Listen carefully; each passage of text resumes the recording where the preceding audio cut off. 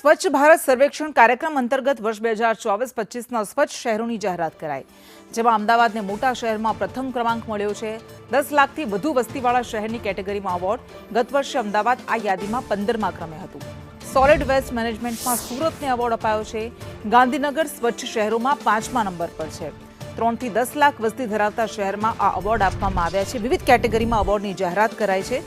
Cabinet મંત્રી ઋષિકેશ પટેલ કાર્યક્રમમાં હાજર રહ્યા।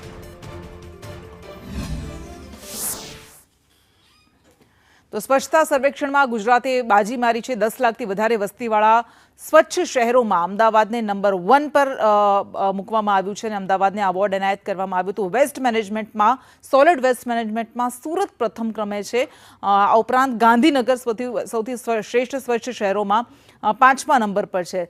સુરતને સતત બીજા વર્ષે સ્વચ્છતા સર્વેક્ષણનો એવોર્ડ આપવામાં આવ્યો છે। રાષ્ટ્રપતિ દ્રૌપદી મુર્મુના હસ્તે સર્વેક્ષણનો આ એવોર્ડ મળ્યો। સુરત મેયર દક્ષેશ માવાણીએ સર્વેક્ષણનો એવોર્ડ મેળવ્યો છે। સ્વચ્છ સર્વેક્ષણમાં સુરત સતત બીજા વર્ષે પ્રથમ ક્રમે આવ્યું છે। ત્યારે જોઈ શકાય છે કે સુરતના મહાનગરપાલિકાના કોર્પોરેટરો તમામ લોકો ઉજવણી કરી રહ્યા છે। આપણે તેમને જ પૂછીશું કે જે પ્રકારે સુરત સતત બીજા વર્ષે પ્રથમ ક્રમે આવી છે, શું કહેશો? इतना उत्साह, इतना आनंद है। जिस शहर में मैं रहता हूँ, जिस शहर का मैं कॉर्पोरेटर हूँ, जिस शहर का मैं चेयरमैन हूँ और वो शहर कंटिन्यू सफाई के मामले में 1 नंबर आए, इससे ज़्यादा खुशी मुझे क्या होगी। मैं बहुत खुशी हूँ, मैं खुश हूँ। जनता जनार्दन की तरफ से जो जनता स्वयं सफाई के मामले में नरेंद्र भाई मोदी जी को फॉलो करते हैं, मैं दिल से अभिनंदन करता हूँ। खुशीની વાત છે કે જ્યારથી ભારતીય જનતા પાર્ટીનું શાસન સુરત મહાનગરપાલિકાની અંદર આવ્યું છે ત્યારથી જ સુરત અલગ અલગ ક્ષેત્રની અંદર એક નવા આયામ સર કરતું ગયું છે અને છેલ્લા લગભગ 4-5 વર્ષથી સફાઈના સંદર્ભમાં સુરતને નેશનલ એવોર્ડ મળતો જ આવ્યો છે। માનનીય નરેન્દ્રભાઈ મોદીનું આહવાન, અમારા પ્રદેશ અધ્યક્ષ અને કેન્દ્રીય મંત્રી પાટીલ સાહેબનું સતત માર્ગદર્શન અને સુરત મહાનગરપાલિકાના કર્મચારીઓ, સફાઈ કર્મચારીઓ, કમિશનરશ્રી, અધિકારીઓ, પદાધિકારીઓ સર્વેના સહયોગથી અને સવિશેષ સુરત શહેરની જનતાના સહયોગથી આજે એવોર્ડ પ્રાપ્ત થયો છે। એ બદલ હું સર્વનો અભિનંદન આપું છું।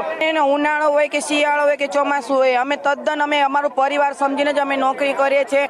અમે અમારા સુરતનો હર ફેરું પહેલો નંબર લાવવા માટે ખૂબ એને અમે પરીક્ષા કરીને બી અમે અમારા સુરતનો પહેલો નંબર લાવીશું અને અમારા સુરતને અમે ગમે ત્યારે બી અમે એને કોઈ દિવસ અમે એને નમવા નહીં દઈશું। ગમે તે પરિસ્થિતિ હોય અમે સુરતનો પહેલો નંબર લાવવામાં ખૂબ કડીથી કડી મહેનત કરીએ જ છે। ગમે તે ઋતુ હોય, ગમે તે સિઝન હોય, અમે લોકો આવીને ઊભા રહીએ છીએ। ગમે તે ઇમરજન્સી હોય તો બી આવીને ઊભા રહીએ છીએ। સુરત સ્વચ્છતા લીગમાં સુરતે જે પ્રથમ ક્રમાંક મેળવ્યો છે તે બદલ સમગ્ર સુરતીજનો, સ્વચ્છતા કર્મીઓ અને તમામ ચૂંટાયેલા પ્રતિનિધિઓ, વહીવટીતંત્રને ખૂબ અભિનંદન પાઠવું છું। મારા આપને એક વિશેષ માહિતી શેર કરવી છે કે સ્વચ્છતા લીગમાં સુરત પ્રથમ ક્રમાંકે આવ્યું છે અને ઇન્દોર કરતાં પણ લગભગ 55 થી 60 પોઈન્ટ વધારે મેળવીને સુરત સ્વચ્છતા ક્રમાંકમાં સમગ્ર દેશમાં પ્રથમ નંબર મેળવ્યો છે। નરેન્દ્ર મોદી સાહેબે જે સ્વપ્ન જોયેલું હતું કે હું મારા પૂરા ભારતને સ્વચ્છ તરીકે એટલે સ્વચ્છતામાં નંબર અપાવીશ।